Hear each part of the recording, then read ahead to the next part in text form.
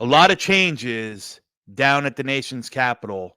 Let's find out the ins and the outs of what's going on with our Washington Commanders coming up after this.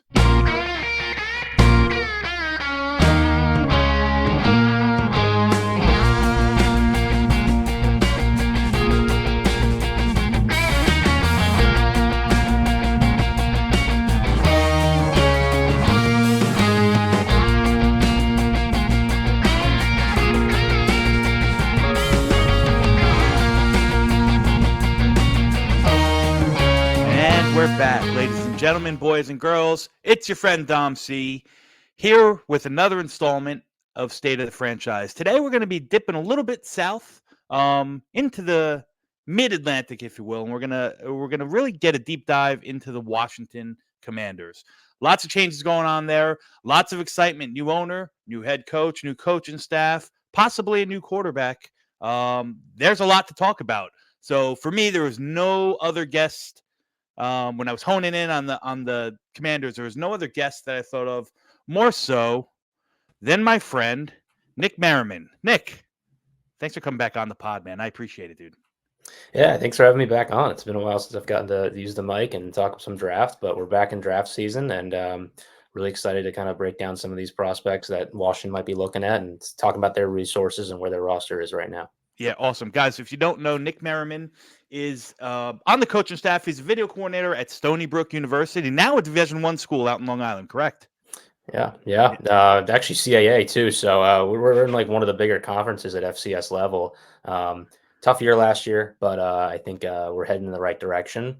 And it's a competitive conference every year. There's always multiple teams, whether I think last year, Villanova, Albany was in the semifinals. Villanova was in the quarters. Richmond made it. They won a playoff game. Delaware was in there. There's usually 4 or 5 teams that get bids in the playoffs. So it's like them, the Missouri Valley, and like the Big Sky are like the 3 big conferences in FCS. Yeah. Competitive conference, and I'm excited to be a part of it. Yeah. Are you now? Amongst all your other duties, do you get involved on the road of recruiting? Like, are you involved in kind of talking to some of these kids and bringing some of them in as well? I haven't been on the road, but we definitely, when we have recruitment visits, we have to be involved with the kids and their families and talking to them about, the school itself and, talking about their situations and, what they would be in terms of like our team, scheme wise. We've changed everything up. We have a new staff, in terms of that, like I help out here and there where I can. But it is a complete grind. There's a lot that goes into it. Like every time we have a recruitment visit, we're planning dinners, we're planning breakfasts, we're planning, meetings with the AD, meetings with the, with the equipment staff, with the training staff, with the academic people. It's an all hands, all deck situation. We do photo shoots with them. We do football presentations, we show them around the campus. We show them all of our facilities. We have a really nice stadium at Stony Brook. We have an indoor facility. So there's a lot that goes into it, and I'm just excited. I'm just happy to really get to be a piece of it because it's a big operation and we're all hands on deck, Yeah, awesome. And again, for those who don't know Nick, because maybe you do, maybe you don't. If you've been inside of the draft circle for the past couple of years, you've definitely seen his face. You've definitely probably read some of his stuff or watched some of his videos. He was part, one of the draft analysts for Defiant Takes Football. Had a piece or was part of Boom and Bust before that kind of went a different avenue and so on and so forth. So he's a guy who's been very, very tied in the NFL draft and the process for quite a few years, and also a lifelong Commanders fan, right? Yeah, unfortunately, but we're still in there.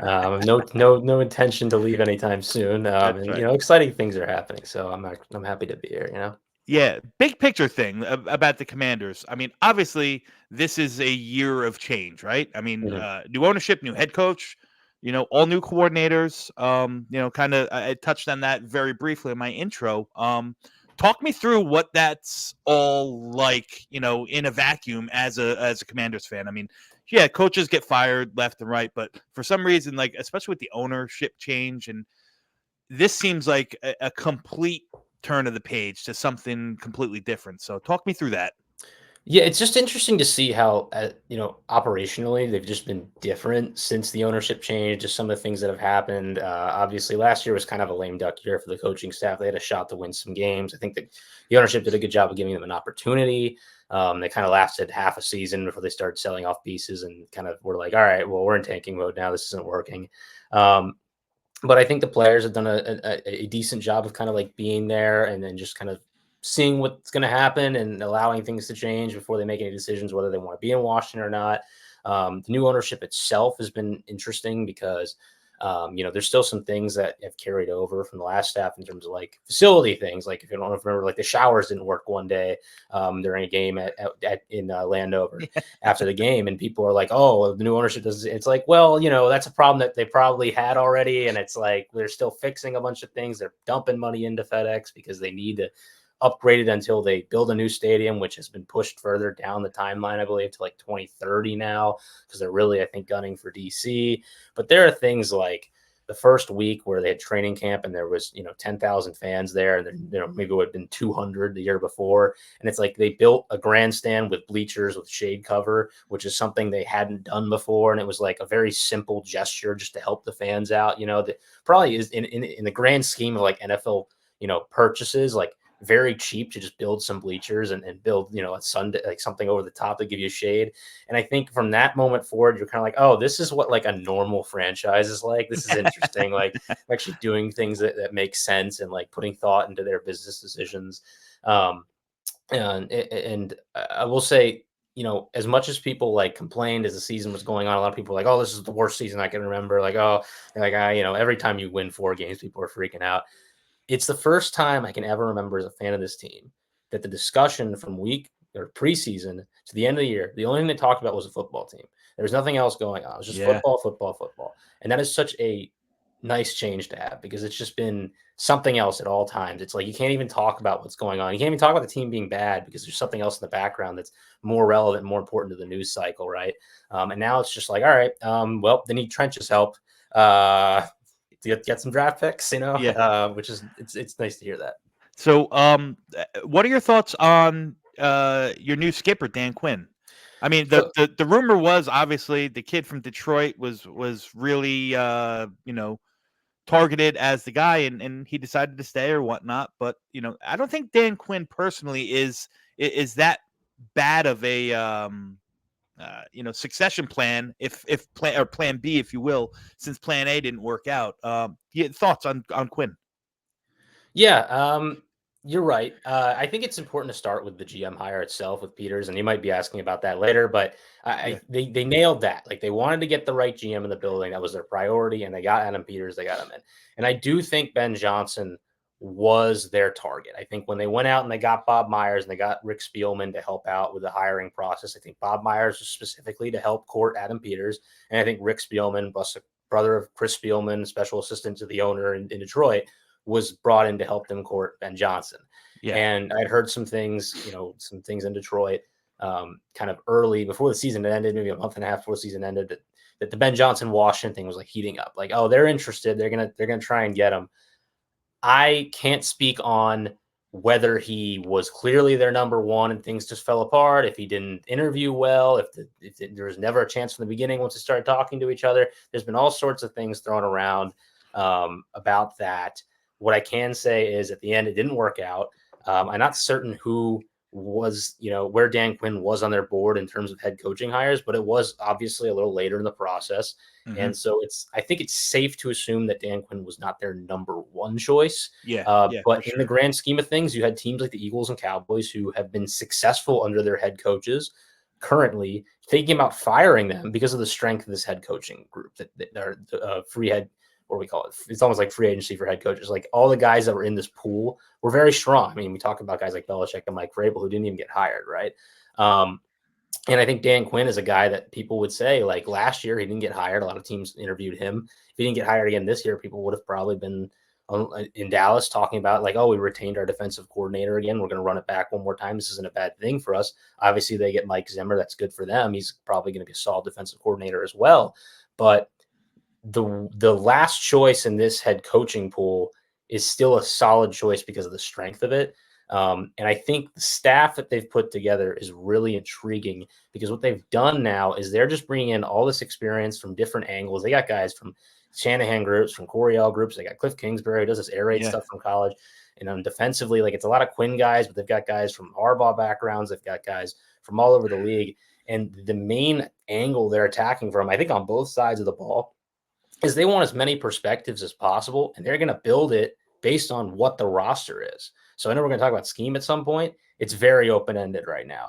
And I don't know how to define it specifically other than what the backgrounds of all these different guys are, Yeah, absolutely. So, continuing on the Quinn thing, like I said, I always thought he was a great coach. I thought he did a good job in Atlanta. I know he never, the one game is going to live in infamy for Dan Quinn.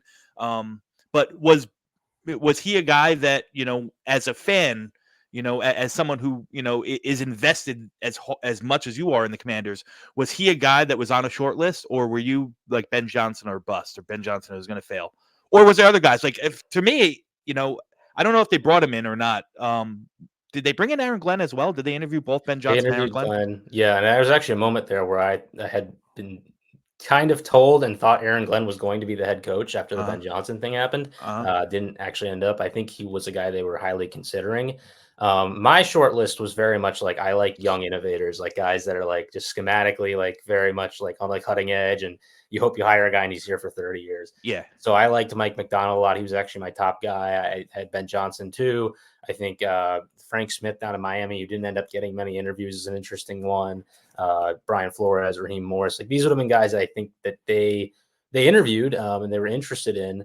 And Dan Quinn was not really like kind of near the top of my list because of that. But I think when we listened to the interview of Adam Peters when he got hired, they stressed like the idea of leadership in the building more than a type of football. They just were like, we're going to get the players. We're going to have a staff that can design a scheme to help them win. We just need someone. It's almost like they really are just trying to reset and say, we need normalcy. Like we need a guy to come here and just establish a floor for this team. And I think if Dan Quinn is your guy to do that, that's a pretty solid choice. I'm not like, running home and yelling about Dan Quinn being my head coach, but I have a hard time seeing this going off the rails early on, especially with, again, the staff he's put together. I think, he's a guy that is very well liked around the league.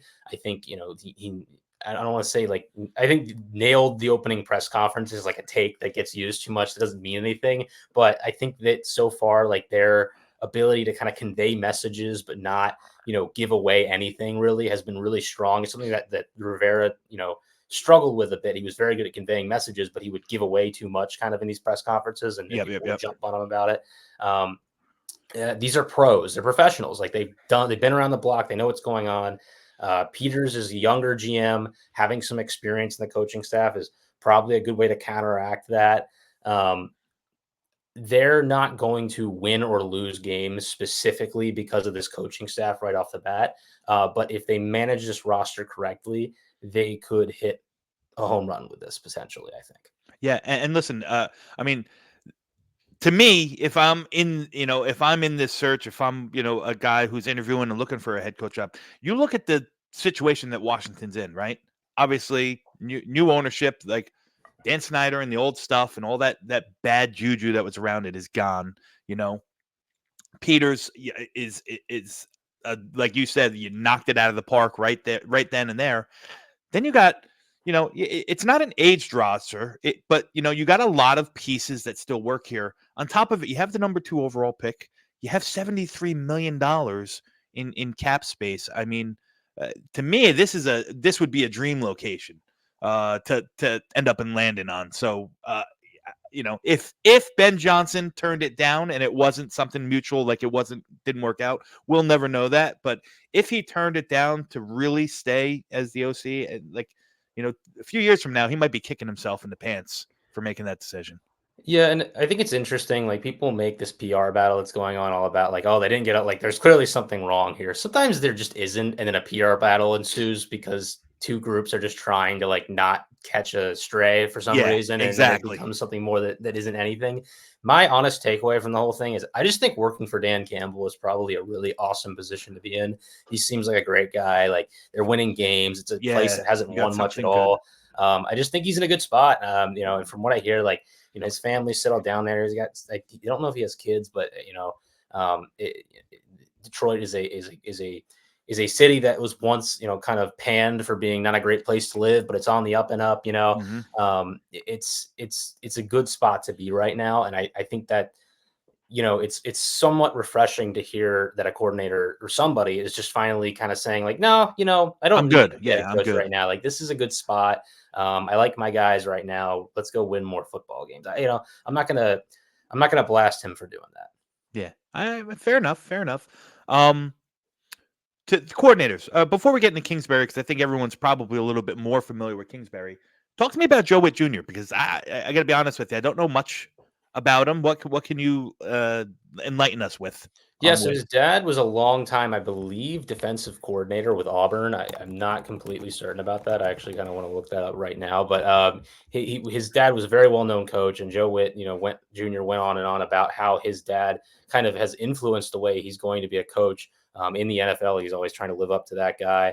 He was, raised on a farm in the middle of Alabama, like a real like football roots guy. Like, Uh-huh. this is what he lives and dies for. He's been like around coaching. He's been around the game his whole life. And he's a guy who's felt he's been ready to be a defensive coordinator for a really long time. This is just kind of his first opportunity.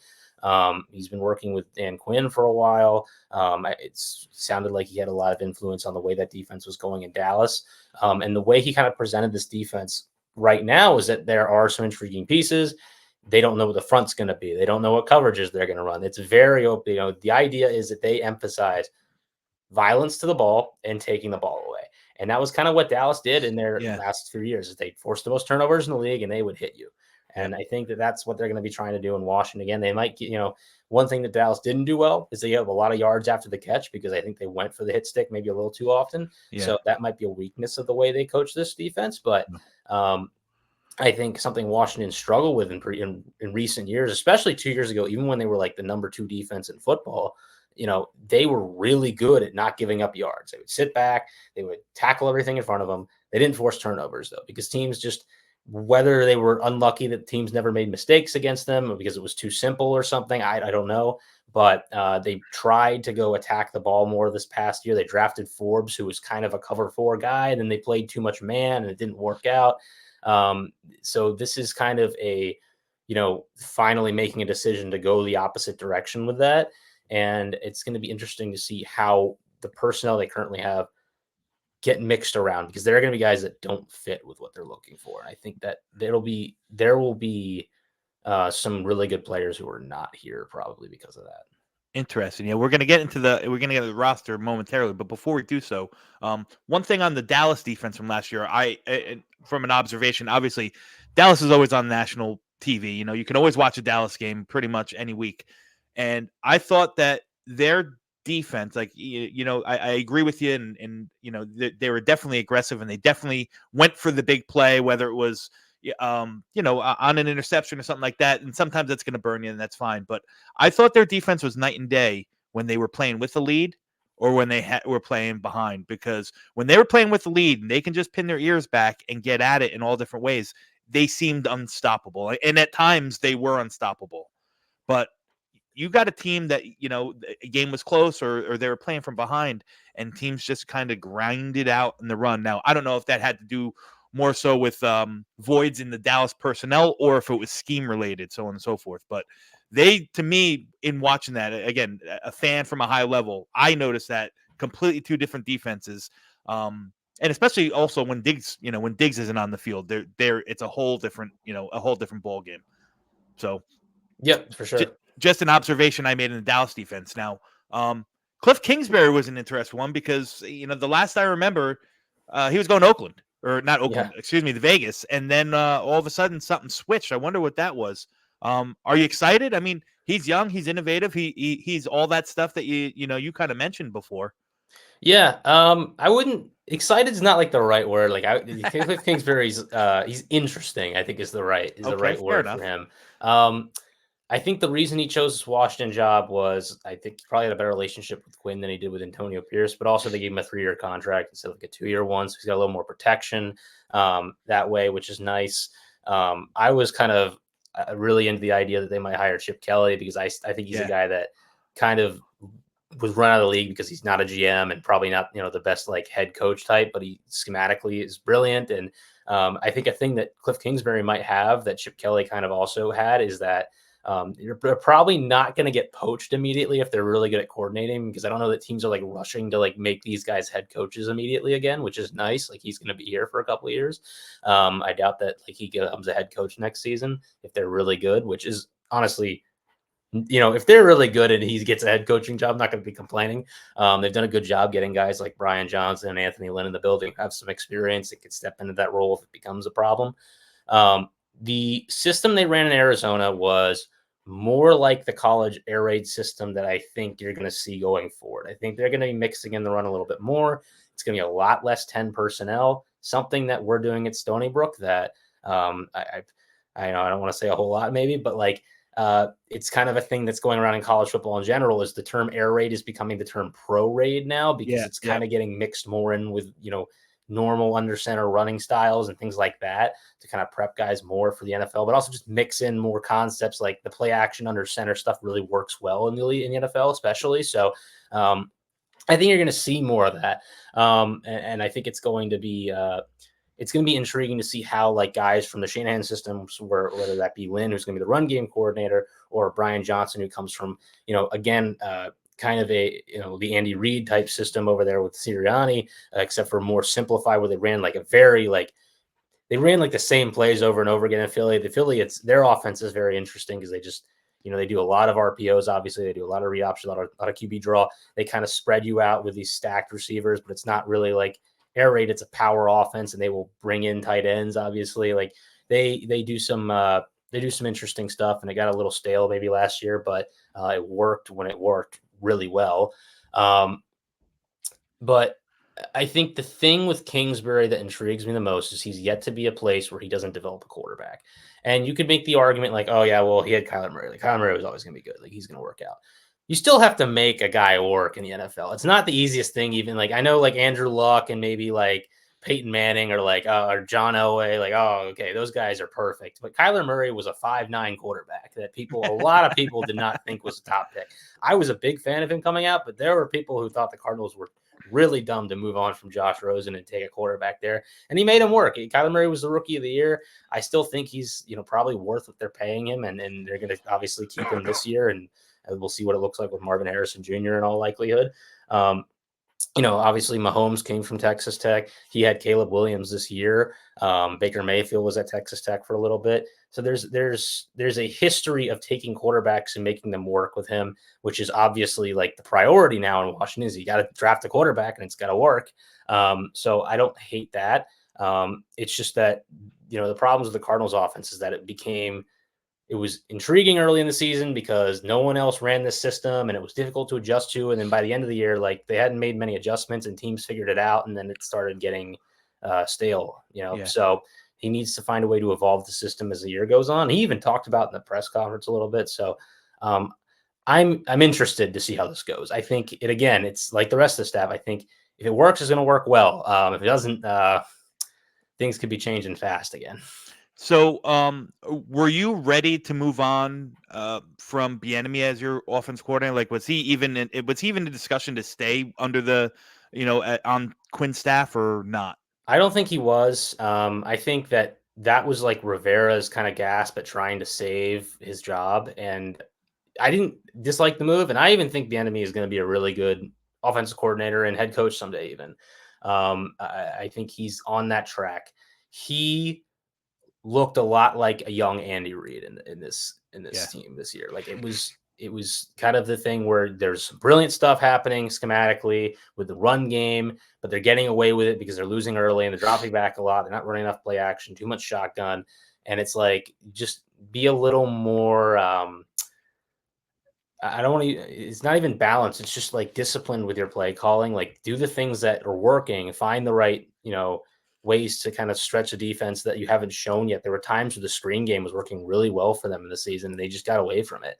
And I don't think that's a thing where it's like they're forgetting to do it, but sometimes in the heat of the moment, like you're losing games and you're just trying to get a big play and then you're just throwing the ball 50 times. And that is a very young play caller thing to do. And I think he needs some more time as an OC to kind of get that right. And I think he will. I think he's going to be very good. I just don't know that this is the place for him right now. I think he needs to be somewhere where the talent exists already, and he's allowed to kind of grow. Gotcha. So, why don't we talk a little bit about the roster? I'm gonna go ahead and pull this up. Let's do this. Boom. Can you see that? All right. Yes. All right. Good. So, I want to make something known to everyone who's watching this. Again, I'm friends with Nick. We follow each other on Twitter. Nick's always very active about the Commanders. Nick was also probably the biggest single Sam Howell stan that any Commanders fan will find. So, listen, I love Sam Howell. I loved him coming out of college. I thought this year, yes, it was hot and cold. But when he was good, man, it was really, really, really good. I think, and I'm curious to know your take on Sam Howell. What went wrong? Is it is he fixable, or is he just losing his job because right now is the opportunity you don't pick? You're hoping not to pick this high ever again. But was it a lack of talent? Was it, like you said, a bad schematic setup for him with Bieniemy calling the shots? Because I know you were a fan of him, as I was as well. Talk about Sam Howell. I think Sam Howell showed a lot last year that would make you intrigued in him going forward. If you were a team that's picking, in the middle of the first round, you don't have a shot at a quarterback and you just need something going forward that's, cheap. I think if he was their starter 2 years ago, they probably would have made the playoffs. That was the best quarterback season they've had since Kirk Cousins has been here. I think that they got in a situation where you're 4-5 midseason, they sell off assets. The team starts quitting because they kind of know where this is headed. Mm-hmm. He played well for another 3 or 4 games, and then it kind of just the bottom fell out, right? And that last month and a half of football was really it was ugly, quite frankly. He had some issues. I think he was definitely playing a lot of hero ball and becoming predictable. Specifically, I think he had problems, standing in the pocket, bailing backwards. And then, he learned to stand in the pocket a little bit too much. So then teams are like trying to kind of keep him in. And so he started bailing early again, but then he got better at throwing on the run. So then he thought he could do it all the time. And he really wasn't that good at it.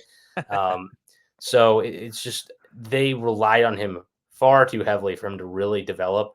And so I think you see some fans will say things like, "Oh yeah, Sam Howell died for this team's tank." He was, and that's, I hate to be that type of Twitter user, but that's kind of what happened.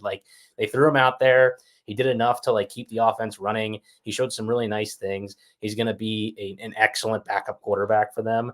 I really like the kid. I think he's an excellent locker room presence. I think he's a captain. He's a great leader for them. I think they believe in him. But I also think he's the type of guy who's going to be fine with being a backup for whoever they draft. And I just, he's not physically gifted enough to make the jump on his own. And I don't right now have the type of, coaches in here, I think, to turn him into a franchise type quarterback by the end of this year, because they would probably have to pay him immediately, because he's a 5th round pick and this is his 3rd season. So they are almost forced, in my opinion, to take a quarterback. And I don't think it's a bad thing, because they've kind of been in a position of needing something at that position for a very long time. Yeah, and before we get into and we're going to talk about draft needs and so on and so forth. But you mentioned it, so I thought I'd kind of dovetail on it. So, is there any world where the Commanders go in with the number 2 overall pick and maybe take a king's ransom to move down and bypass a quarterback and have Sam kind of run the show again one more year? I don't think so. And the main reason is because I don't think next year's quarterback class is that good. I think if there was some guys that were standout and you're like, oh yeah, we'll go draft them. Right now, the names that come to mind, Shitter or Sanders, but he had an up and down year, I think, towards the end of the season, although he started out excellently. Carson Beck will be good out of Georgia next year. Yeah, Carson Beck should be good. I think he's a little more physically limited than some of the guys in this draft. I think the main thing is the tier 2 quarterbacks in this draft are probably on level or better than some of those guys right now that you're looking at next year. If Carson Beck had entered, he's probably in that group. Although I do like him too. So the question is, okay, if you're going to move back, do you feel comfortable with taking one of those guys at the end of the 1st or the 2nd? And maybe they do. Maybe they have one of these other 3 QBs, whether it be McCarthy or Penix or Nix, really high on their boards. And they think we can get one of those guys at 30 or something, and that's worth our time. But as far as I'm concerned right now, they have their shot at taking quarterback at number 2. They get, to choose one of those top in the league. I think the reports are pretty much straightforward. Like those 3 guys we talk about, Daniels, Williams, and Drake May, I think the league see as kind of tier 1, kind of in the same group. There might be some McCarthy teams out there we're hearing. Yeah. I don't really know about that to this point. I couldn't say if Washington is or not. I hope they aren't, quite frankly. But I think that it's just too intriguing to have a chance to pick the guy you want there. Yeah. And I think they will.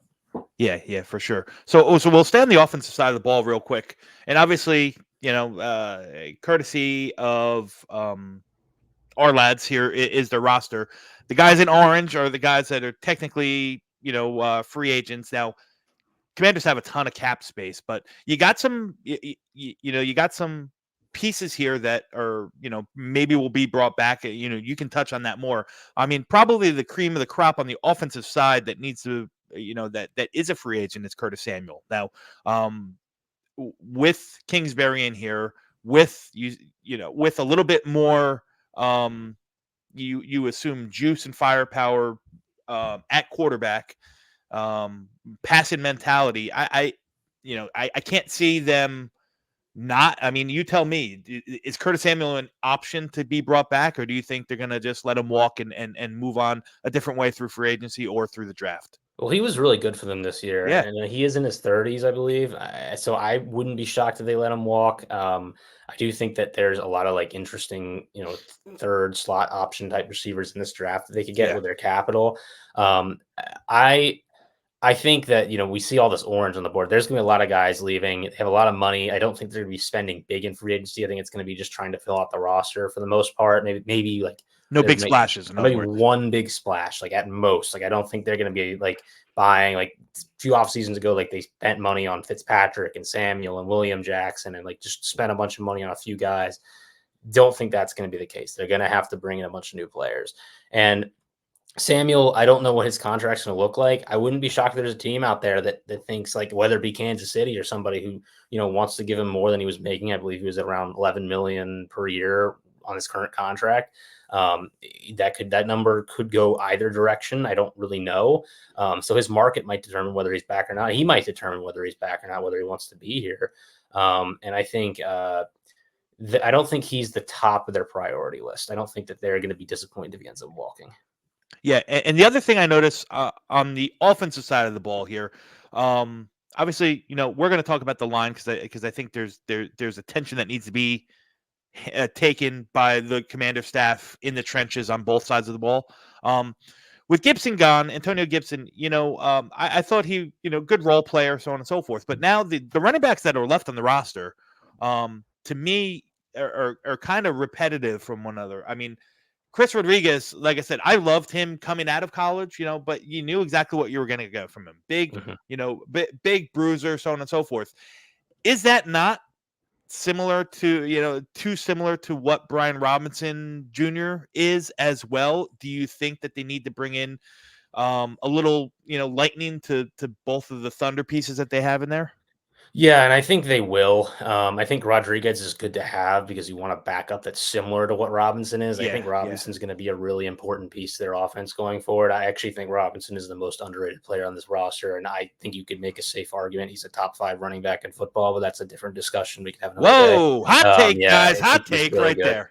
I think he's really good. Now, my running back takes are all over the place. Like I think Breece Hall might be the best back, but we'll talk about that later. I like that.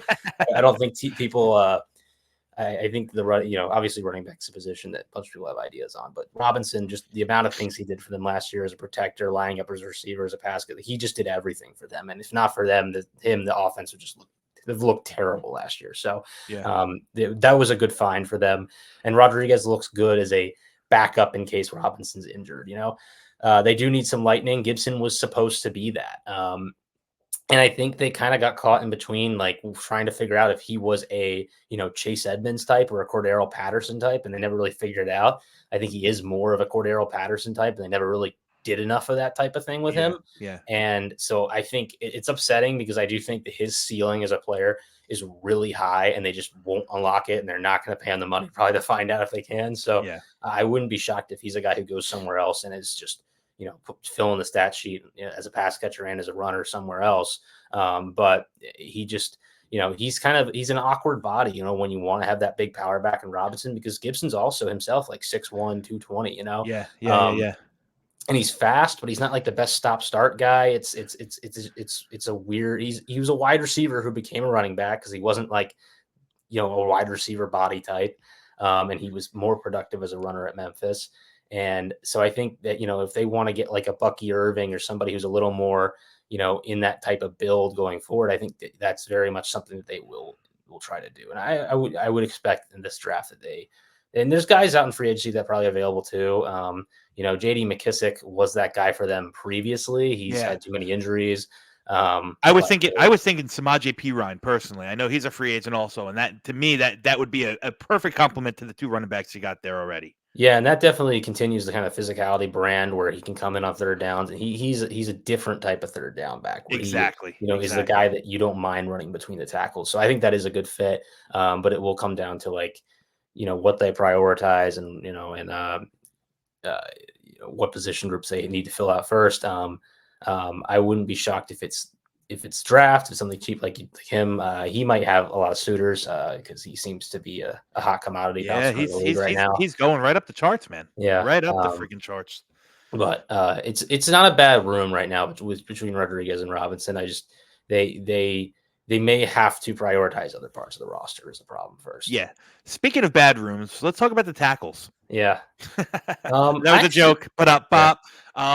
Andrew Wiley, he's under contract, I think, for 2 more years. You can probably correct me if I'm wrong. I think he signed a 3-year deal when he came in from Kansas City.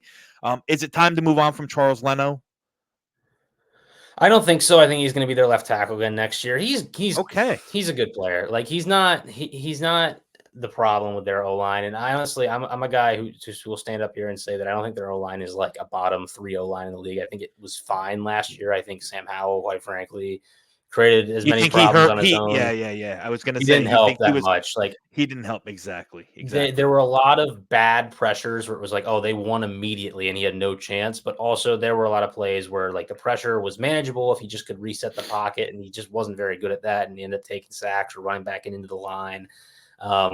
The interior to me is more of an issue when we talk about that in a second, but I think Leno is solid. They're going to hold him there. They might get a left tackle for the future type that develops for a year before Leno leaves because he is getting up there at age. Wiley, I wouldn't be shocked is playing left guard next year.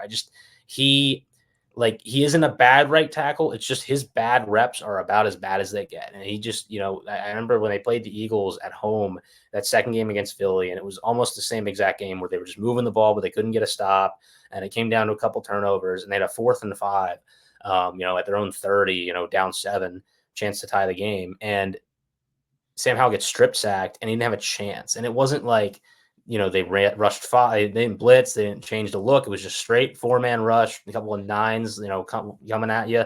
And Wiley just completely whiffed. And the problem is in big moments, if you miss a rep like that, it just kills any chance you have of making a play. And you just can't have that at the tackle position, I think, when you're trying to develop a young quarterback. And I think, the Wiley thing was obviously like helped along by Bieniemy being here. Like they want to get a Chiefs guy in. They're like, oh yeah, Wiley won the Super Bowl. Like he'll be all right. And it's just, he's not the worst tackle in the NFL, but they certainly can upgrade and they can get younger, more athletic there.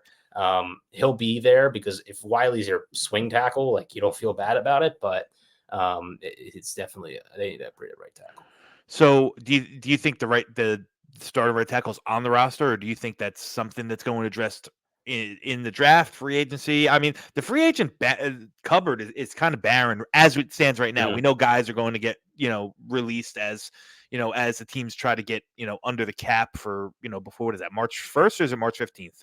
One of the two. The new season starts. I think it's 15th, I believe. Yeah. The league, whenever the new league year starts, maybe 13th. It's usually like a Sunday or something. I don't know. Yeah, it's like Sunday at 4:00. It's the changeover, but and obviously money isn't an issue right now. But there's not even that that many big name free agents out there. Like, oh my God, like a guy like Michael Onwenu is going to probably get overpaid, and he's probably better settled in as a guard than he is at tackle, in my eyes. And and then you got Illuminor from the Raiders and that type, Jonah Williams type. Those guys are going to get overpaid for Mhm. mediocre play at best. So, Yep. do you think tackle is going to be kind of circled in with one of their earlier round draft picks? I think they have to do it, and they neglected drafting tackles when Rivera was here. I can't explain to you why. It's a position you need to continue to load up on with young guys. If they don't work out, they end up playing guard. Like Cosme, who really wasn't a bad right tackle, he just has been a better guard. Yeah, yeah. One thing that I floated out there, and Commanders Twitter did not like it, was Cosme played left tackle in college. I don't know if a new staff would be interested in seeing if he can do it going forward, just because at some point he might be a long-term answer. He was really good this year, and I Uh-huh. don't know if that's just like he was just way better at right guard, or if he's just actually like figuring out how to play O-line in the NFL type thing. So I don't know, but they have to get a young tackle in here. Cornelius Lucas, they keep bringing back on 1-year deals to play swing tackle, and he's good. He's fine. In some ways, he's better than Wiley, but it's just like that is their like answer to tackle depth every year. And it's everyone's getting older every year. It's been like 3 years of the same stuff. They drafted Braden Daniels last year. Uh-huh. He didn't have a good camp, and I think that one is one that I wouldn't be surprised. He was on IR all season, and I think they did that kind of as a way to like keep him around because they knew he wasn't good enough to make the 53.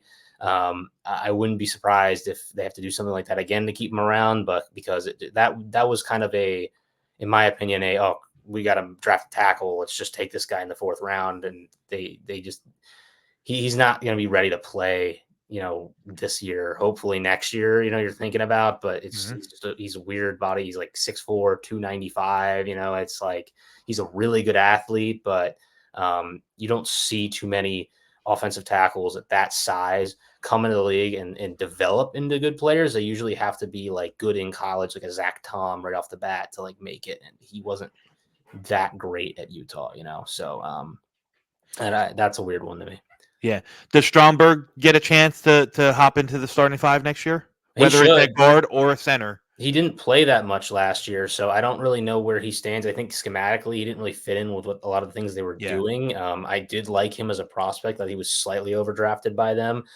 They did like him more at guard than center, which I don't know if I agreed with that with my scouting of him last season, but it'll be interesting to see what the staff does with him. He has to get a shot because they just invested some capital. I mean, he played like 29 snaps, so he's got to be a part of the plan. I don't know if he's going to be a starter on day one, but he should be someone who gets in there at some point. Yeah. So realistically, both the tackle position and the interior position are going to be targets, whether it's free agency, maybe not the top tier guys, or who knows. Like you said, you don't expect them to go after the big name guys, so on and so forth. The Zeitlers or the Tyron Smiths, the guys who are going to command top dollar for their position. But they'll probably they could fill some spots, like you said, in free agency, and that's going to be on the second or the eye level shelves, not really on the top, so on and so forth. Draft could be an area where they address some of those picks and build that and develop that pipeline of guys. Defense, a lot of moving parts here. Like you said, new scheme, not really established in what kind of fronts, what kind of coverage, what their true essence is going to be. Talk to me about the guys that you think are mainstays and going to be the solid plugs in this defense currently as constituted. Yeah, I think John Allen and Deron Payne are locks to be here. I don't think there's any way they're leaving. I think Payne is a guy that benefits greatly from playing with a healthy Allen. I think Allen played all of last year injured with a plantar fasciitis issue, Yeah. and it clearly hindered him. I think And week to Payne just week. got paid. I mean, he's not going anywhere. He Yeah, he and he's and not. he deserves to be here. Absolutely. Yeah, and I think so. That's like the strength of the roster right now. Like they're going to build around that. I think whether they need to put a nose tackle in the middle of those guys, or if Payne is able to do it, or if they just think they're going to run it back with even fronts, or Uh-huh. because Fedarian Mathis hasn't quite really lived up to being a 2nd-round pick. Not that I thought he would in the first place, but But he's got enough um, mass and size to yeah, handle the zero, doesn't he? yeah, and I think Ridgway's actually quite good at it too. He might be the better zero for them right now. They're not like lacking on the interior. I think that they're Yeah. gonna that's the one position group that they might not need to add at for sure. Yeah. Um, whether it be they're probably like we talk about Samuel's going to leave, they're probably going to have a receiver. Tight end, they need more tight ends. We didn't talk about that, but like every position where they need something, and that's the one position they're going to probably just sit tight at. Edge is the main thing where it's like, all right, you traded your two main guys. You were trying to get draft picks. You weren't going to pay them. There were issues with Chase Young in the building. They just wanted to move off of him, and the rest of the league kind of knew about it, which is why his capital wasn't that high. Sweat was a great player, maybe better than we realized. And you get a high draft pick for him, so I'm not super upset about him leaving, but clearly like he's helped Chicago greatly. They're going to need edge player. I think that's the one position that if they like go pay a bunch of money, it'll be there. Cameron Curl's got to come back too. I mean, you would think, right? But I would think you would know better, but I would think. My problem is I am not unconvinced that he is not going to ask for like top 3 safety money. And I just, I think he's a really good player, but I don't know that a new staff coming in is going to do that right off the bat. They might tag him just to keep him around, but I will say Quan Martin played his role and did it very well. I don't know that means he's going to be Cameron Curl. Like Cameron Curl is as a communicator, as leader for this defense, like he was wearing the green dot, is a very different type of player in like year 4 than a year 2 Quan Martin will be.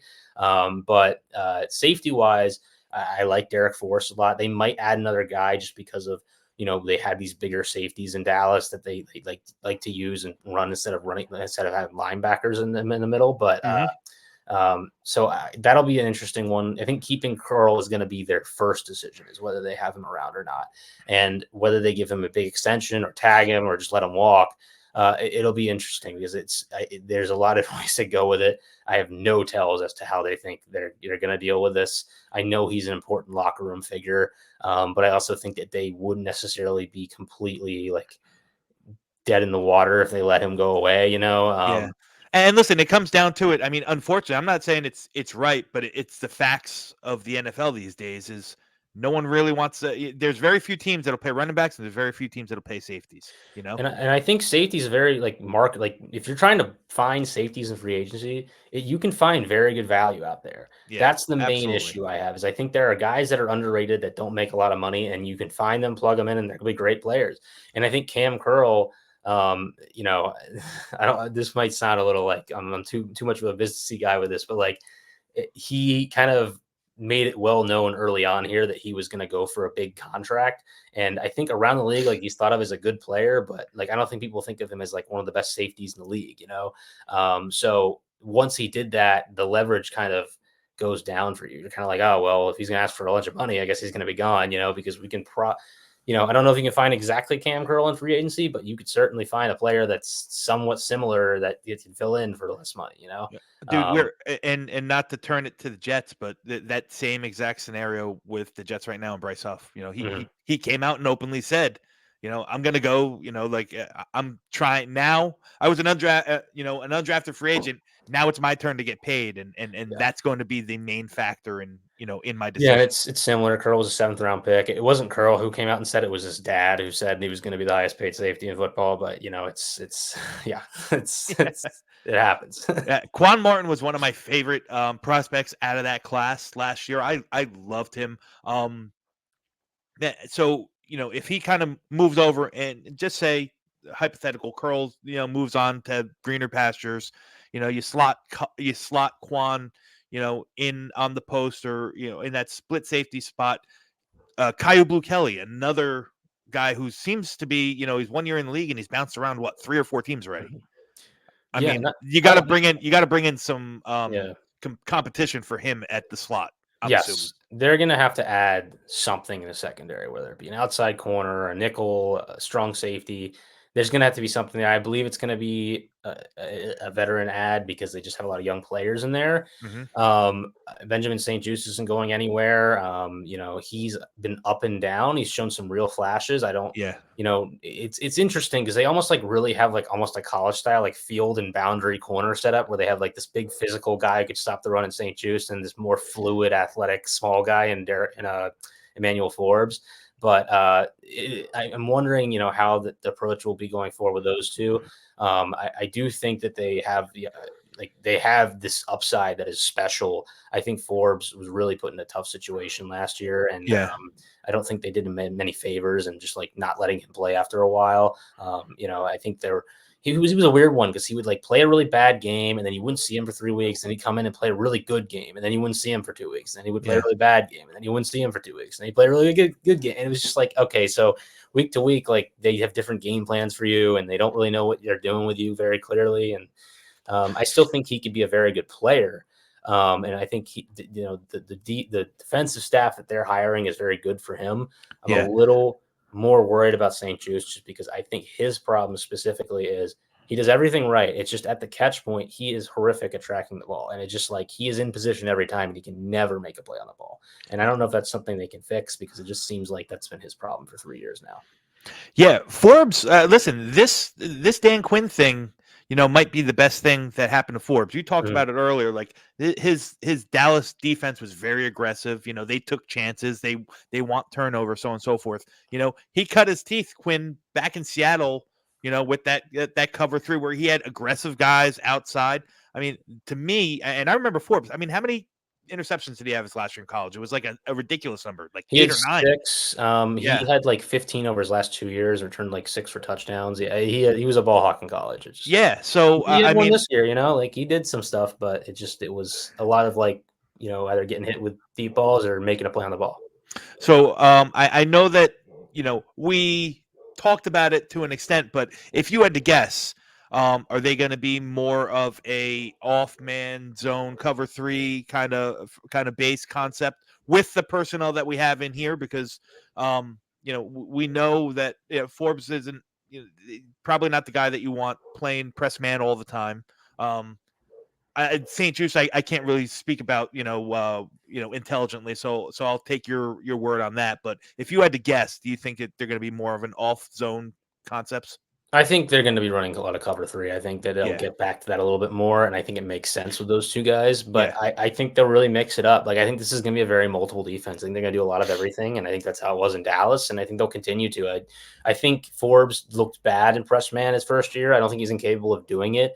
I think there are some things technically that he just kind of I think never really figured out, and I don't think that's on him. Like I think he did some of it in college and did it very well. I just think that they were coaching it a different way than how he did it in college. They didn't really play to his strengths very well, specifically in that like he didn't really use his hands as much. He was more of a feet guy and shielding and stuff like that to like get in the way of receivers, and that's fine. Like he has great balance. He's not a guy that gets bodied to the ground very well, but once he has your hands on him, like he's not really standing up as well. And so they were trying to kind of get him in those games, and you going up against AJ Brown, he's just kind of throwing him to the side, Well, it's 165 pounds. Yeah. At least that's what he was. I don't know what he is now. I don't know what he is now. He could be anywhere, right? But I think that they'll mix it up and they'll do a little bit of everything. One guy that I think is not going to be back is Kendall Fuller, and he's a great player. I just think that they won't want to pay a lot on. Again, it's kind of the same thing with Curtis Samuel, but even more of the case because I think he's older than Curtis Samuel. He's just an older cornerback, and it's a position that declines pretty rapidly once you start losing speed, right? He's done great things with his franchise. He came back to them after leaving because of the Alex Smith trade, and he's been like a kind of a a leader in the locker room and just kind of like a hometown guy because he went to Virginia Tech, and just really great for them to have a dude who wanted to be there every year, and play well, even though no one's really talking about him, but just, one of those few guys who on the roster you didn't have to worry about ever. But it's just, it's not like the right time to be paying that type of player, I think, for them, unfortunately. Yeah. So, I mean, listen, is it safe to say, this is rebuild territory. This is the start of a rebuild. Listen, some people get touchy with that. Like, this isn't a rebuild. This is a retool. Like, I don't say that disrespectfully. I think this is the time to rebuild. You got the money. You got the new quarterback, possibly. You got the high draft pick. New coaching staff, new everything. It's time to kind of break it down and build it back up in their new vision. And I think the thing that frustrates me about the rebuilding term is like you can rebuild and be bad for a year and then really flip turn. I mean, look what happened with Houston. Like they just stacked some like young talent. They didn't really know what they had. They put a quarterback in there, and they're like borderline contenders already. Like it's just I don't know that this team is going to be, good next year. I don't know if they're going to be terrible. I think they probably will win at least another. Like, I think that they're better on paper than they were if they get some pieces in here. But they have the tools to be competitive in 2 years. It's just not like people say like, oh, they're rebuilding. Like they're 4 years away. Like no one's 4 years away in the NFL. That's not a thing. Like if you're 4 years away, you might as well not even try because most head coaches these days don't last 4 years. Like it's just silly to me. So I think it's silly that we avoid that term. And I think the reason people don't like throwing it around is they think when they hear the word rebuild, they're like, oh, it's going to be a long time before they're good. And I just don't think that's true. Like I think if you manage your resources correctly, hitting your draft picks, smart about spending money, get young, and hit on a quarterback, you could be winning games very quickly. You just have to do it rapidly, aggressively, and correctly. And I think the last group started out rapidly and correctly, kind of faded on those, and they were never aggressive. And that's just an issue. When you have an opportunity to sign James Bradbury because you don't have enough corner depth, even though your corners are already good, you should do it instead of waiting around and letting the Eagles get them and go to the Super Bowl. Like it's that type of thing. Yeah. So one more player, and then we'll get into the future and the draft, and we'll run through a quick mock draft. Jamon Davis, fan, not a fan. Again, he's one of those polarizing players, in the Washington Commanders community. At least the ones I know of or from afar. People either love him or they hate him. I know they moved him around, a bunch, from throughout his career. You set in as him as your Mike. Do you think he's better more in a in a Will or Sam kind of rush backer or chase and tackle kind of guy? Talk to me about him. He doesn't have a lot of help as constituted right here, right now on the roster. Obviously, another area that's going to be addressed. Yeah, they just really never invested in that group. And I'm not a big like linebacker super investment guy, but I just think it's a problem when you spend a first round pick on the linebacker position, then never do anything else. Like it's like you're gonna hit on that guy and that's it. I was not a big Jamon Davis fan coming out. Thought he was a really late riser and really just kind of on like combine and that's it. And don't think the tape really matched it up. That was a weird one to me. I really like Jeremiah Owusu-Koramoah. One of these guys who fell in the draft because of a heart condition. And this is something I don't know if I ever brought it up with you, but like it seems like every time there's ever a heart condition guy, he always ends up being really good. It's like Trey Smith, Jeremiah Owusu-Koramoah, Mark Andrews, Montez Sweat. Like they all fell because of heart condition and they end up being awesome. Like it's silly. But they took Jamon Davis at 19. I famously said that the day before the draft, like if they do this, it's going to be just horrible. I'm going to like leave our stream. And I couldn't leave the stream, obviously, but they did it. And I really had no inkling that they would. Like, I thought they were not going to do it. I just thought it was a joke. But they drafted him, and he's been better than I thought he would be, honestly. But I just, if they flipped those picks, they took Cosme at 19 and Jamon at 51, maybe I'd feel better about it. But he just isn't a first-round talent. Like, he just never will be. He never has been. It'll be interesting. Maybe they make him more of like a Parsons-type player where they rush him a little bit more and that fits who he is more. But I don't think he did more of that. He did more of that in Kentucky. That's why I'm and he is that type of athlete. Like he measurable wise, like he matches up well. He looks similar to Parsons. I don't think he has kind of that type of willingness to be physical is the thing. Like he can be, it's just not as consistent play to play. And I think he's a better coverage player maybe than Parsons, but he's also not like excellent at that. He made great strides this season, had some really great plays. He had a ceiling game pick, one-on-one Bijan Robinson this year. Like he has capabilities. And I think if he's your number 2 linebacker, you have a really good linebacker core, right? There are a lot of teams that don't have a Jamon Davis. The problem is a lot of teams have better 2nd through 4th options than Cody Barton, Dejon Harris, and David Mayo, who consistently were the guys in Washington, right? And all 3 just you don't really want in space at all. So, Davis has not really been helped out much at all by the way they manage the roster. I think he's a good player. I don't think he's worth paying a ton of money, and that's going to be the question they're going to have to ask themselves. I don't know if anyone else is going to pay him a ton of money though either. So, we'll see. He's going to be here. I think he could be very well helped by the coaching changes too. But it also scares me a little bit. Like if he ends up in a Patrick Queen situation, if he's really good, and then they're like, oh, well, now he's worth $18 million a year. And I don't really love that either. So they're probably going to have to draft or find some way to invest in that position group at the very least.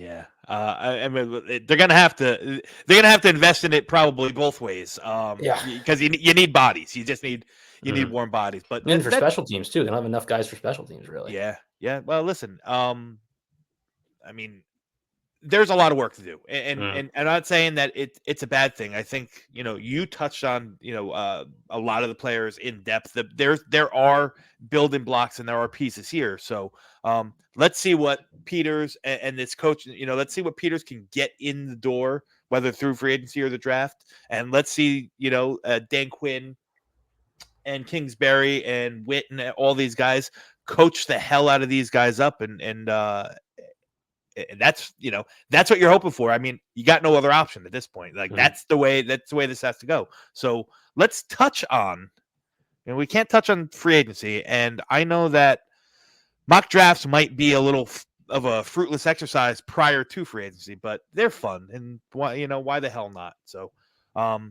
let's see. I want to see. I want you to kind of be Peters. I want you to be the GM. So I'm just gonna hit buttons, man. You're gonna walk me through. And we don't have to mess around with any trades or so on and so forth. We don't Yeah, even go ahead. yeah. I'll just touch on this really quick. I don't want to send 3 first-round picks for Caleb Williams. And I love Caleb Williams. I think he's really good. Like, I think he's, Yes. a generational quarterback prospect, whatever you throw around term-wise. But my thing is, after last year, I loved Bryce Young. I really love Bryce Young. I still think he's going to be really good. Mm-hmm. I think the way we big board players is probably incorrect in the media. Like, we need to tier players because when you have 3 quarterbacks who are viewed as like, oh, these are the tier 1 quarterbacks, Yep. you don't want to be doing everything possible to get the top guy. I think it's just a waste of resources because what happens is, this is like the saying that goes in the analytics community nowadays is like, you don't want to trust your own scouting report more than anyone else's. Generally, the consensus board is the most correct board, right? So if you're giving up a bunch of picks because you really think one guy who's in a similar tier is a little bit better than the next guy, you're just throwing away players to maybe make this marginal difference that you're not certain about. So I think that, the Bears, if they think Drake May is the best quarterback and they do it, I don't think, and they take him at 1, like, I don't think they're wrong to do that. But I do think they're wrong if, you send a bunch of picks because you're certain that this is the best guy out of a similar tiered player, So, do I think Caleb Williams is the best quarterback in the draft? I'm still figuring that out. I probably think he is. But I think they need to sit at 2 and just get as many players on this barren roster right now as they can. Yeah. I think personally, I think all 3 quarterbacks are very good in their own specific ways. Mhm. And I don't think, like you said, I think Washington and New England in this case, they're probably the best case scenario, right? Because they don't have to make the selection. They don't, Chicago has a 1 in 3, or they have a 1 in 3 chance of being right and a 2 in 3 chance of being, picking the wrong guy. Mhm. Those odds get better as you go down the pike. So Washington has a chance, that takes a lot of that that error, that fluff out of the equation. Now they got to choose between 1 or 2 guys. I'm assuming Caleb Williams goes first. Just following the norm or so and so. I'd take him first, Mhm. but Washington then has to really hammer home and see what on the tape. Do we like Jaden Daniels? Do we think that he can hold up in the NFL at 185 pounds? Do we think that the progression you saw from 2 years ago to this year can be sustained and continued, or or is it Drake May who does everything very good? I don't think he does anything great, and he's still got some room to grow. I think his footwork needs a little bit of help. I know they talk about, him in off-platform stuff sometimes, losing mechanics, which you normally do on the run or if you had a platform, but doesn't have the same kind of pop on his arm that he does when he's, kind of secured and in a secure pocket and can kind of step into the throw, so on and so forth. So, I don't think you can make a wrong decision, but the good thing is that I don't have to. You do. Yeah. So you're on the board. So I'm not going to be upset with whatever they do. Like, if they take Okay. Jaden Daniels at 2, I think that that's fine. Like, it's who they wanted, it's who they scouted. I'm close to thinking that there are people that I trust that believe this, between Mike Renner and Dane Brugler, who I think are 2 of the best guys in media doing this, that have Drake May quarterback 1. Uh-huh. I love Drake May. I think his tape is extraordinarily advanced for a quarterback at his age. I think he does all of the things you want a professional quarterback stepping into a situation with anything to do well, right? He's a guy that when he hits his back foot, always has a decision in mind, whether it's right or wrong. And generally his worst decisions are everyone's covered. I'm throwing it to a guy who's covered in a way that it won't get intercepted, but it's very hard for him to catch. I don't think he's a guy that consistently like misses open targets. It does happens with everybody. But he's also a guy that can create on his own, doesn't ever really create in a way that is like Carson Wentzian, and that's like too much in my opinion. I think he does a very good job of running decisively. It's not like late in the play like sometimes you see Daniels do and take hits because of. And I do think a difference between the way he and Daniels throws the ball is I think Daniels, his arm talent's not as good. I don't think, I think when I talk about arm talent, it's like strength, coordination, and angles, right? It's, how hard can you throw it? How can you, change the way your arm is releasing and how fast it's going when you release, like from starting your throwing motion to finishing. And then coordination wise, like where are your feet, where are your hips? Like how are you trajectorying the ball towards your receiver, regardless of what's around you? Daniels is a guy that I think with a clean pocket, like is very good at throwing, kind of touch balls downfield to spots that are coached, like lead the go ball, throw it to the sideline on the comeback, hit the middle of the hashes on the in cutter, right? But with May, it's very much like, oh, he's jumping. Oh, there's a hand in his face. He's getting hit. It doesn't matter. He's going to throw this ball in a way that it can be caught. And it's not to like one specific point. It's like wherever the play is, right? He's more of able to adjust on the fly to the route type quarterback, which is advanced to me. And I just think that, I don't think North Carolina's receiving core was very good last year, even with Devontae Walker. I think they really struggled to get guys open consistently. I think he was under pressure at times in ways that you can't deal with. And I think Daniels, went against harder competition, but I also think a lot of his best plays are Malik Neighbors is even with a corner, throw a go ball. And, I can scramble out of this and make a play with my legs because I'm faster than everybody else. And that's great. That's a very athletic quarterback doing very athletic things. And you can develop that. But I think Drake May, you can insert into this situation. And I think this is why you see the Herbert comps. Like, I think he could right off the bat be a really good player in the NFL. All right. So May's going to be your pick, but I am, before I move on, just since we're talking about it, I'm going to play devil's advocate here.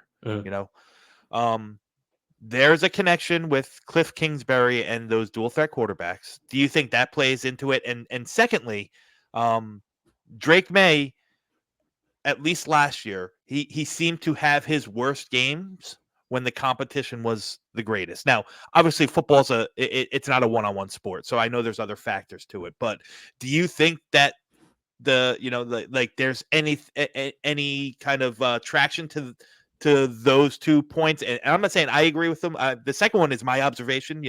While I was going through it, he did have his worst games against the best competition. So can he handle the spotlight? Do you think he can step into a team and be, QB1 right from the get-go, or is it going to be too much for him? But I think the difficulty of what they asked him to do last year was just way harder than what Daniels was asked to do at LSU. And I think that, they had him dropping back and reading defenses just all the time. It's you look at, there's a thing on PFF where they do key plays. Like, it's like how plays that you're like impactful on, right? And you look at Daniels' numbers, and it's like consistently like in the low 20s, right? And like a lot of those are like him running, May, it's like in the 30s consistently, and they're all drop back passes, right? Yeah. And it's like all of his runs are getting through the A gap and just decisively running through a pocket because there's nobody open.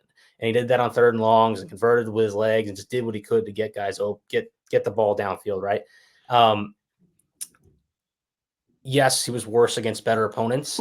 I think that they weren't good enough to play against better opponents as a roster. And I know that was a thing that was said about Sam Howell as well, but I think that the level to which Drake May advanced what they had versus what Howell does, Drake May is going to run the 4.6s, right? I think his arm's better. And we talked about the arm talent thing. Sure. I think that he makes consistently more of these throws at different directions of the field than Howell did in this offense. And I think Howell had to rely on the RP. They don't run as many RPOs as they used to. At least last year they didn't.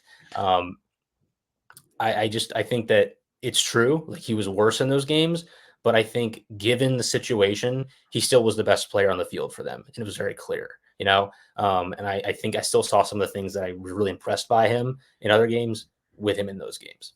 Yeah. Listen, Drake May is your new quarterback. So congratulations on that. I just put 2 and 2 together. I knew it, but like, Howell, UNC, Drake May, UNC. Mhm. Did Drake May follow Howell? Was he the backup to when Howell was there? Yeah, and they're really good friends too. They were hanging out courtside at the UNC Duke game Oh, the other and day. then now look how the roles are going to be Yeah. reversed. Well, so there's more to it. Like that could be a marriage made in heaven for Well, those yeah, two. and they Like, got De'Ami Brown was tweeting about Drake May the yeah, other yeah, day, and Kingsbury coached the air raid, and they were in air raid with Longo and that offense in North Carolina. So yeah. it's more of a match than I think people are giving credit. A lot of people jumped on the Caleb Williams connection right off the bat. He talked about mobility, and people talk about Jaden Daniels. I think Drake May is also mobile in his own way, and I think more mobile than people give him credit, even than I thought when I started watching that film. Mhm. Look, they could go in a lot of directions. I don't really know what they're going to do. But I don't think them hiring Kingsbury points in one direction. I Yeah. think that they could still go with any of these guys. And that's a good point that you make. Not a lot of people like Drake May is a very mobile quarterback. I don't know. He's not the dual threat quarterback that No, Jaden but Daniels it's and like apples and Lawrence. oranges. It's like Exactly. Lawrence, and that you just like don't see like a tall, skinny-ish guy like run that way. Yeah. Like that Yeah. Yeah. fat. Yeah. You're like, oh, he's moving. Like, oh man, like it's not like Josh Allen like is a mobile quarterback, but he's big, right? He doesn't have to be that fast. He just kind of has to like be difficult to bring down. This guy, like May, is actually like outrunning dudes. And that's rare. I think the Trevor Lawrence's running style is the closest I've seen to what he has. Yeah. Yeah. For sure. So we sit here at third in the second round now. You have two picks with two selections within the next 5 picks. Give me a focal point for. I mean, before we look at the board and who's available, give me a focal point as the GM what positional group you want to address. You got your quarterback locked in. Now you got to protect him, or you gonna fill some of the holes on the defense, So for or me, both. consistently, I think it's been edge and tackle with these picks when I'm going through the simulators. Uh huh. If there's a receiver on the board I really like, I might think about it. I don't Well, know. Keon Coleman ain't it. I'm telling Yeah, you that I much. don't know if that's the guy for them. And I don't think that Worthy is. Roman Wilson is high on this board for me, but if he was like there early in the third, like he's a guy I'd really be interested in. Yeah. Although he seems to be rising up people. So I don't think there's a guy like that I would take the spot receiver wise. Let's take a look at tackles real quick. I know I saw Jordan Sure. Morgan's there. That would be like my early lead on this pick. I think I like him a little bit better than Sua Matea. I think he's a little more versatile, Oh yeah, for maybe. sure, for sure. And I just, I do think that Morgan's a guy that would benefit from sitting. They could be like, you're the future at our left tackle position. Like, just sit here for a second and let Leno play another year, and then you'll be the guy. I think that would be a really smart use of resources.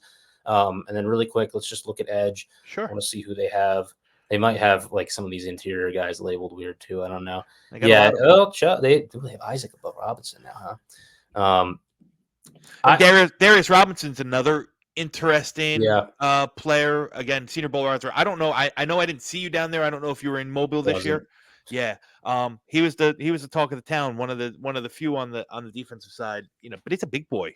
I think he's pushing 280 pounds, 200 and yeah, 296 here. But I He's think he's big. more about 285. Yeah, but he can When move. his He can son's a he little can bit. bend. I'm a big fan of him. I think he's a guy that's shooting up boards too. He might not even be here when they get an opportunity. I think Yeah. Chop Robinson's like a very different type of edge player that also like at this spot I'd be very excited about. I think it's interesting that PFF's so low on Braylon Trice because I really think like his best games in college were just like taking over defensively. I think in that Yeah. semifinal, like he was unbelievable against Texas. He's another guy that I think I'd be very I absolutely love Trice. I mean, just listen, he's got to develop more of a pass rush bag. He's powerful, but to me, I just love the nonstop motor in him. He's active. His hands are active. He's not the bendiest. He's not a twitchy athlete like Chop Robinson. But he's a guy that is going to. He reminds me, and I'm not comping them, but like guys like Carl Lawson from the Cincinnati days, or Trey Hendrickson, where or Carl Loftus now in Kansas City, where they're just constantly getting pressures. They might not bring down the quarterback or get the quote unquote sacks all the time, but Braylon Trice is going to be a quarterback pressure machine. I absolutely love him. I think they're way too low on him, honestly. But yeah, and I agree with that. I think I would go Morgan here just because I believe the tackles are going to fly off the board and you would have yeah, to prioritize it. yeah. I just think they have to come out of this with somebody young at that position. They just they don't have any. We just talked about this. They don't have enough at that position right now, and it's just, Yeah. it's such a need for them that they have to get something with. And Morgan's so athletic. And I definitely think he can hang a tackle, but at worst he's going to be a really good guard. And then you Maybe that same path that Sam Cosmi took. Mhm. That might end up being him. He's still coming back. I mean, he's 1 year back from that knee injury, the ACL that he had. I think that he could be. Listen, I don't know if I'm ready to plug and play him, but in this case, if you're putting him at the left guard behind Leno or left tackle Leno, he doesn't have to come in and play right away. Mhm. No. So looks like a lot of those edges stayed on the board. Sanders is an interesting one too. I will say they need JT a tight Sanders? end. Okay, yeah. They really do need a tight end. They just have not had. They've been drafting Logan Thomas seems like he's been here since the 80s. Yeah, and I like Logan. It's just he's not. He just is not like the guy that they wanted him to be, which is kind of their all around. Like he was more of an H-back guy. He would split outside. He could run routes, but he's only really a possession player. He's not great after the catch. He can make a guy miss, but he had a real fumbling issue too. Like in certain years, like I like him. He's a great locker room guy. I think he's a guy they're going to end up cutting and then re-signing for cheaper in August, probably. So Sanders would be a really good piece, especially with a young quarterback to add. The question is, do I like him better than some of the edge players on the board? I'm not certain I do, because I think Chop Robinson's a guy I still believe is like kind of in that round one discussions for teams that want speed off the edge. I think, Robinson obviously is a guy for teams that need a specific body type or looking for. And I do think Trice is a guy that, again, if you're just looking for pressures, like here's your dude. And I actually think that I would lean Trice specifically, because I think you just need someone who's going to add that type of presence to your D line, like right off the bat. Like, because I think he's playing if you're drafting an edge player here. Yeah, and listen, he's he, like I said, he's physical. He's got an NFL body. He's strong. Obviously we know the strength that he carries with, but I think he'll be able to seal the edge, and I don't think he'll, so on and so forth. I have personal, Chop Robinson's not my favorite. I don't think there's anybody as twitchy or as athletic as him, but like he's gonna get off is real. He reminds me of Byron Young from Tennessee last year, where like if you find a situation where, I know he started in LA, but they had like guys that were really good already established there, or you have a situation where there's good edge players and you can rotate as a designated pass rusher, like he's going to be very good immediately if that's the situation he lands in. I don't think like, hey, we don't have any edge players, like you have to play all three downs, and Washington is like the best spot for him. Yeah, and I will say this a bit about Chop, and then we'll move on. Like, again, I think it's a little bit of a lazy take to say, oh, he doesn't play the run very well. I don't think that that's the case. I don't know if he's the most physical player. That's my thing. When he, when he wins and when he gets that bend and gets off the line faster than anyone, like it's damn near, elite level. But man, when you get hands on him, his losses, his good wins are good, but his losses, some of them are really, really bad. I just don't know if the repetition, him putting together continuous good reps, whether it be, in a pass rush set or, setting or playing the edge, really matches up for my eye. Not compared to Isaac, who, his teammate were there, or a guy like Braylon Trice. I have them kind of, a good tier or two above Chop Robinson. That's just my opinion. Okay. I haven't really dived into Isaac a whole lot. I don't know what's going on there. I probably should know more about him, because my friend Max Chadwick's a big Penn State guy, but I don't really know too much. I mean, he was a big Robinson guy early in the year. It seemed like he dropped off a little bit, so I'm not certain. But I need to, Trice is a guy I feel comfortable with. Yeah. So Junior Colson drops off the screen to me right here immediately. Absolutely. Because they need line. We talked about the linebacker thing, and he's a guy who really played well in the playoff and showed you a little bit of everything, disruptive, in the box, and a guy who could cover a little bit downfield. I will say a little more outside the box. I think Johnny Wilson is potentially a tight end body. And they could be looking to add a guy like that just as a pass catcher at that position. So that's, more of an outside the box look at things. Mm-hmm. I think, Xavier, they got a lot of good players still on the board here. A lot of good players. Like I would take, I think Malachi Corley is like a good replacement for Curtis Samuel. I think I would take him a little later than this though. I think Colson is probably the most likely draft pick for them at this point. And I do think they're gonna have to, add linebacker earlier on. They just need someone who can play again at that position. Same with edge and linebacker. Like they need guys who can play. Yeah. Now, Colson strikes me more as your prototypical Mike, though. So does that mean you're going to Yeah, move and I him? think I think Davis is more of a guy who's going to be outside of that position. He's never really played Mike for them. They tried it; it didn't really work. Maybe it's different going forward, but I don't expect that he's going. He just hasn't really held up in the trend. He gets pushed around too much between the tackles, and he's not a guy who stands in very well and just absorbs power. He Yeah. needs to be moving. Yeah. You're back up at the end of round 3. I guess this is a comp pick for somebody you took or Yeah, somebody. this is a trade for the Niners for Chase Young. Oh, that this is the pick they got from the Niners Yeah, trade. yeah. Okay. I didn't know that they got the comp pick. Am I completely off kilter? I thought you couldn't trade comp picks. I guess you can. I don't know how it works. No, I could be wrong. I don't know. But here you are at 101, and I'll tell you, I can make a good argument for any of these. I would make a good argument for any of these 4 guys at this spot. I think they're scheme and positional fits. Eichenberg, I'm not very big on, but the other 4 I could go. But you're the GM, not me. Yeah, and I think that they're gonna have to take a tight end here. I think I like Kate Stover. I don't think he's Yes. like gonna be a top 5 tight end in the league, but I do think he's a guy that comes in and can help you on passing downs and rushing downs right off the bat. Here's And the other tight end. If tight ends where you're hovering in on here, I just pulled up the board of these okay, guys. So yeah, yeah. Ben Sinnott, I've heard a lot about. I haven't really dived into that one. Is he at the Senior he Bowl? was at the Senior Bowl. He played very good. Listen, I think of the batch of tight ends were so. I thought Theo Johnson from Penn State really stood out to me at Mobile. Not only because he's just like he's a big guy, almost 6'7", 200 or 6'6", 265 pounds, but Penn State just their quarterback play has been so horrific over the Mhm. past couple years. He just wasn't really put in a position to shine. Now, again, Senior Bowl practice and what happens during, the college football actual season is apples to oranges. But Theo Johnson looked really good. I thought he was a good mover. I thought he caught, just about anything that came his way. Same thing with Sinnott. But yeah, those are 2 of the takes that I had on the tight ends from Mobile. Okay, From on what you. I've seen from Johnson in games for Penn State, he's been solid. I don't think he's a guy that like comes in and is just an amazing top 5 player, but Yeah. I do think he's going to be solid and stick somewhere. Jaheim Bell, I think, is intriguing. I think he might be a running back, though.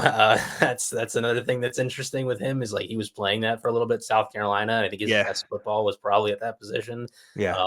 Kind of similarly, there's a guy, I don't know if his name is CJ Reynolds or something. He was playing running back at West Virginia, who was recruited to play tight end, is similar body type, and has really looked good playing running back for them. That's kind of what I think Bell might be. But Stover to me is like the highest floor at this position Yeah. right now Yeah. than these guys. And again, like you need players who can come in and contribute right off the bat. And I do think that this is a position you need your young quarterback to have a tight end. And I think developing those 2 positions together is a really smart thing to do right off the bat. Yeah. And you're right back up here at 103. Yeah, A lot and of I see Bucky Irving still there. We just talked about him. I think Yes. that's a fantastic fit for what they need for that running back room. Yeah, not a lot that has to be said there. I think that's a perfect yin to the yang in the power guys that you have in there. And look, we could have had Sanat still here. Trey Benson shouldn't be on the board this long. You got some interesting. Yeah, PFF must have changed up some of their rankings or adjusted because there's names that normally aren't on the board. Not to say that they won't be in the NFL draft 4th round, but there's some interesting names. So talk to me about positional group that you want to take a peek at. So I think corner is a position they really will need to think about later on in the draft, and I think a guy like Kalen Carson or Josh Newton would be great here. I think they will take anybody. Again, I think this is a team that's looking right now for good players. They don't necessarily know what they want, and they'll just build it based on what they get. But I also will say I know people have been up and down on him. I've seen all sorts of rankings on Cooper Beebe. If he's here, like I don't know how you can pass on him when you're a team that has a need at guard, you have a need at anything on the O line. I just think he's had a really solid college career, and there's some injury concerns with him. I believe like he's had there was 2 or not this season, but last season. I think Mhm. why he went back to school because he missed a lot of it with a back injury. Yeah. Versatile though, Yeah. he literally can play either tackle or either guard spot. He's done it all through college, so on and so forth. And I think people have some pause on him because I think he looks like a center, but he doesn't Yeah. play like one, So Yeah. if he's going to be, he's another guy that I think this is a team that just needs to load up an offensive lineman. I don't care what position they play, like Yeah. just figure it out from there. And if he's somehow here at 138, you're taking them, in my opinion. Listen, I don't think it's out of the realm. I think third round, maybe depending who who jumps up, but this third or early fourth area could be a comfortable landing spot for BB. For sure. So, round 5, we got 2 picks left, 181 and 220. So now we're at names that I don't know as well. So we might have to talk about some Senior Bowl guys that I didn't watch because I haven't been as deeply entrenched in college football as I've been in previous years. Talk to me about positional groups here. Yeah, so I think you need a receiver. I think you need a corner. DeCorian Clark is a guy that I know. Both of those UTSA guys, I recognize those names. Yeah. Cephas had himself a good Senior Bowl week. Jordan Whittington, I think, if you're looking for that slot guy, he's a guy. Listen, he's a bigger slot, kind of in the mold, and again, not a player comp here, guys. So don't get at me in the comments, but kind of in the mold of Amon-Ra St. Brown. Gonna find a soft spot in the zone, go into reliable. Again, he was a team captain. He's a little bit older prospect. I think he's about 24, but not a guy that's gonna, definitely not a guy that's gonna, have the release package to defeat man press. I think he's going to be, kind of typecasted as a slot guy, but you put him in movement, he's going to be a good, reliable receiver that can find find the holes in zones, be a safety valve for you. I can be honest with you, I haven't gotten too much into either of the UTSA guys, mainly because I can't find their tape anywhere. So that's where we stand here out of those guys. I mean, Hayden Hatton, I don't know if he's, coming out of Idaho. His numbers are good. His tracking and the way he tracks the ball and the way he, adjusts to, the body adjustment and the awareness that he plays on the, on the boundaries and at the end zone. I really liked it. I just don't know how he's going to test out. I don't see him as a big, a huge athlete. So that's what I would offer you from my take on those guys. If you're looking at wide receiver, you said cornerback as well. Yeah. Listen, there's still some good here. I think Johnny Dixon's the better of the two cornerbacks between him and King over there. Dante Kent's another interesting one. I know you're probably not going to reach for him here. He's probably more of the UDFA guy, but again, another guy I think he's versatile, can play inside and outside as well. Johnny Dixon, I think, is Kamal Haddon, I think, went back to school. I could be wrong. Johnny Dixon, I think, is the guy I would hone in on of this group here. I think he's a player. He played, he was there in the Senior Bowl. Like I said, he was the better Penn State cornerback between there. I don't remember what his measurables came in at. Yeah, 6 foot, 191 pounds. He's got enough, he's got enough reps. They generally have these like bigger, more physical corners. Like they do a good job with that. And I think, I wouldn't be surprised if they're looking late rounds to pick up a guy like that, just because of what they did in Dallas, finding bigger, more physical defensive backs. Yeah. And coming out of Penn State, they're going to be able to get on the line and play press man if you ask them to as well. Yeah. That's probably where I would lean at this point. Can we just check out safety really quick too? Because I do think that they will be looking at those bigger body types as well.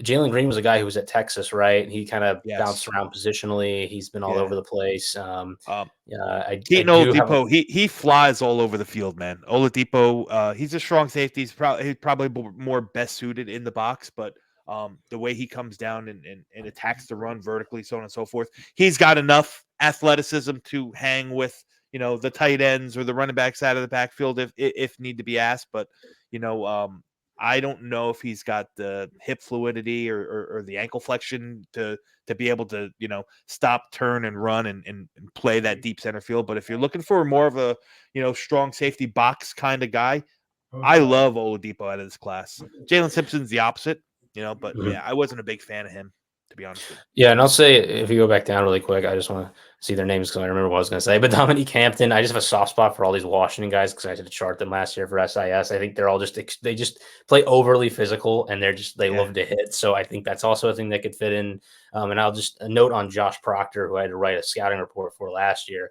Not a safety, but I think he's going to be a good special teams player at the next level. I don't know if that's what they're going to be looking for here, considering where the roster is, but I do think somebody's going to pick him up, and he might stick around the league because of that. Looking at all this, I do think Dixon from Penn State is probably the direction that I would go in based on what I think they've got as a staff. I think they'd be looking for a physical corner at this point. And we're here at 2:20. We're going to shoot shot in the dark. Bortolini, again, he's a guy that can play center, and he's got some center guard flexibility, but I think you've already addressed the interior a lot here, right? Mm-hmm. Yeah, we have. And I'm never going to turn down doing more, but I think that they're going to want to kind of spread it around, just considering. Dominique Hampton's there. I think I'll just throw throw some love towards a physical guy. I got the fishing rod out there. We'll see what we can get. I do think is a guy that those players play special teams, and they do it well. And if we're trying to be a violent defense that takes the ball away, he fits into that mold, at least, culturally, it's going to work. He's going to at least be a guy that they say, all right, well, this is the type of player we want, even if he's not good enough, it sets a tone. Yeah. Listen, the Redskins have 6 picks just about in the top 100. There's definitely some wiggle room that they can be movers and shakers both up and down the board if necessary. Redskins fans, or I shouldn't say Redskins, Commanders fans, that's force of habit. Sorry about that. Commanders fans, Drake May, Jordan Morgan, Braylon Trice, Junior Colson, Cade Stover, Bucky Irving, Cooper Beebe, Johnny Dixon, Dominique Hampton. PFF gives you a B+, but who cares what they say? I say this as a football fan and a someone who dabbles enough in some of these prospects. If this was my draft, if this was the class that I came out with, I'd be pretty stoked if I was a Commanders fan. Well, I did it, so I also would be. So Listen, Nick. Always awesome. I love catching up with you, man. It's been too long. So I'm glad. I appreciate you coming on the show. I appreciate you, spending some time. And again, sorry about that rescheduling thing. That was on me. Good. Had something to go on. Guys, I got it blasted along the bottom here all the time. Go follow Nick on Twitter, Nick with Sports. Tons of good stuff. Definitely the Commanders fans probably are following. If not, you should be. He'll also throw some draft stuff out. Completely ingrained, completely knowledgeable about every aspect of the process and the prospects during this NFL draft cycle. Nick, you're always welcome here. You're always very willing to help me out, man. So for me, I appreciate that. And guys, if you haven't, I should have mentioned it before, please, go ahead and do me a favor. Like, subscribe, hit the bell, do all that stuff so that the YouTube algorithm likes me and, boosts my stuff out to the masses. I'm here for you guys, and I'm here for I'm here to keep putting out. I want to keep putting out more and more content. So the more we can do that, the more likes we get, the more communication, that discourse that we can have on the YouTube channel, the better chance I have of my stuff getting seen there. So I would appreciate that. Hope you guys enjoyed the video. This is the state of the Washington Commanders. So until next time, thank you.